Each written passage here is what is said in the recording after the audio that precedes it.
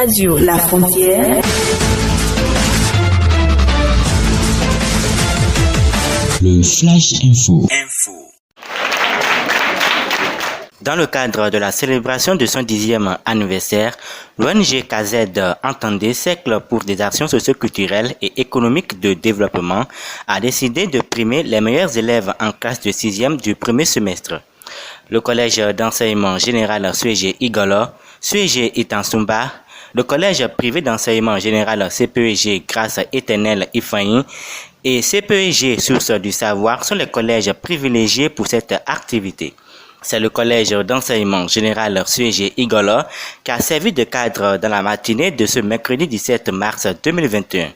Elle a connu la présence des élèves lauréats, les représentants de ces écoles, quelques responsables administratifs, le représentant du corps professoral du Suégé Igolo et deux représentants du bureau de l'association des parents d'élèves du Suégé Igolo. Kassim Orugbe, directeur de l'ONG KZ, dans son allocution a donné les raisons qui sous-tendent ce projet et du choix des élèves en classe de 6e. Il a été demandé que les écoles fassent le point, en droit de faire la simulation des moyennes. Je pense que c'est au cours du CA ici que le directeur avait présenté le résultat du Suégé Igolo. Un conseil. Pendant cette réunion, en prenant les simulations, il nous a été donné de constater que c'est la première 6e qui était la dernière par rapport au travail. Donc ça nous avait un peu étonné parce que d'habitude, quand on va au collège, c'est en 6e qu'on a les 90% et au fur et à mesure qu'on évolue, ça diminue. Donc ça a été un peu étonnant que dans une simulation de résultats, prennent la dernière place. Saturnin Dassi, directeur au Suégé Igolo, remercie le président de cette ONG et sensibilise les élèves sur l'importance de bien travailler. Je vais d'abord commencer par remercier le président de l'ONG KZ qui a choisi d'honorer les lauréats, on peut le dire ainsi, c'est-à-dire les 5 premiers de chaque classe de 6e pour les résultats du premier semestre. On a jugé bon que vous soyez là pour savoir que quand on travaille, on est récompensé. Quand on travaille, l'intelligence, ça apporte beaucoup. Et c'est ça qu'on vous demande chaque fois. Quand on est derrière vous, on crie, on dit travaillez, travaillez, travaillez. C'est pour quand même votre avenir.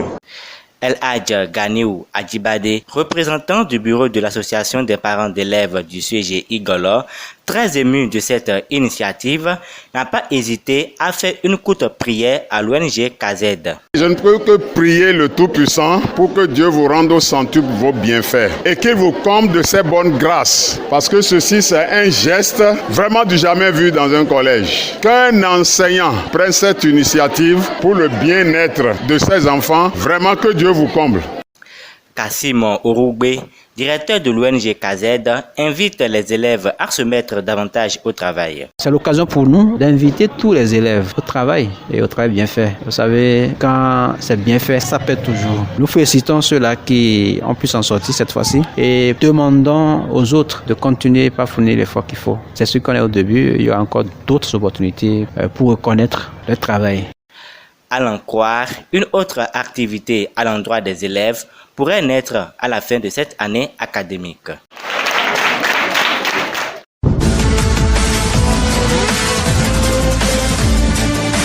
Radio La Frontière.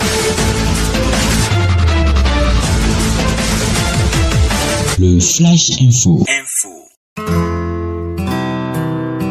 Tout de suite, l'espace publicitaire sur votre radio.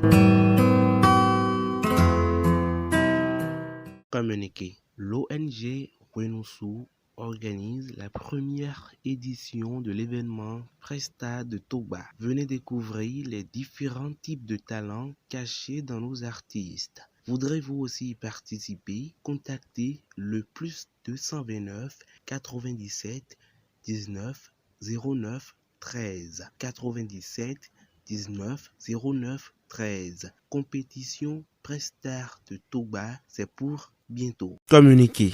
Bonne nouvelle pour les Béninois. Dans le cadre du projet de pipeline d'exportation Niger-Bénin, le ministère béninois de l'eau et des mines a annoncé ce dimanche 14 mars 2021 le recrutement de 2000 employés. Ils seront recrutés dans 4 catégories, notamment emploi cadre, emploi de soutien, agents de sécurité et ouvriers spécialisés. Les personnes intéressées pourront s'inscrire sur une plateforme numérique à travers l'adresse www.pipeline.gouv.bj.